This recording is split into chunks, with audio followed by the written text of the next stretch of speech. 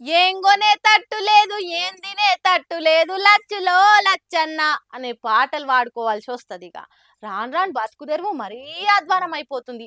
ఏది కొందామన్నా పిరమే. అన్నిటి ధరలు మొగుల్ మీది కాంతున్నాయి గాని సంపాదన మటుకు పాతాళానికే అతుకుపోయింది. మరీ ఎంత ఘోరం అంటే చికెన్ తోటి కూరగాయల ధరలు పోటీ పడుతున్నాయి చూడుర్రి. పరిస్థితి ఏ తీర్ల మోపైందో. ఓ అమ్మని చెప్పుకుంటే ఇజ్జత్ పోతుంది, మూసుకుంటే పానం పోతుంది. ఇద్దలుసుకుంటే ఏం కొందామన్నా ఏం తిందామన్నా పిటాన పిరము. రేట్లన్నీ అగ్గోలేమండి ఇండ్లు గాలబెడుతున్నాయి. హైదరాబాద్ లోనైతే మరీ అధ్వానం ఉంది కథ చూస్తుంటే.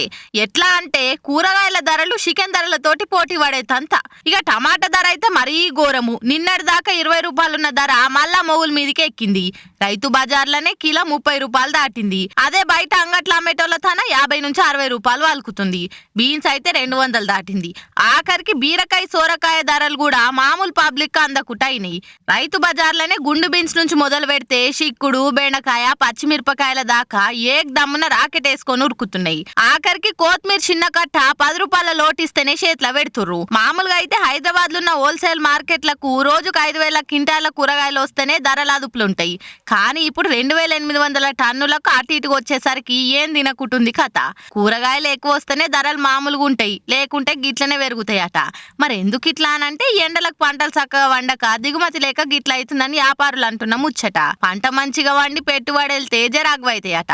ఏందో ఏమో ఏం తక్కువైనా ఓ 10-20 రూపాయలు దిగుతుంది అంతే. ఇక ఎంత పిరమైనా అగ్వైనా కొనక తప్పది, వండినాక మిగిలింది పారబోయ్యక తప్పది అనుకుంటా మాట్లాడుకుంటుర్రు ఆడకట్టుల ముచ్చటేరికైనా అక్కలంతా.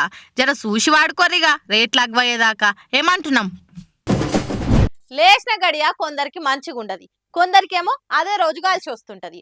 ఒకరికి లాస్ అయితే ఇంకొకరికి ఒకటే నాడు లాభం వచ్చి పడుతుంటది. ఆగో ఈడ కూడా గసు వంటిదే. తొవ్వెంట పోయే జనాలేమో అబ్బా నక్కతోక దొక్కినట్టు మన లక్కు మామూలుగా లేదని మురుస్తుంటే, అదే తొవ్వంట వచ్చిన లారీ అన్ననేమో ఏం గాశరం నాది అని విచారం చేసే కథ అయింది పాపం.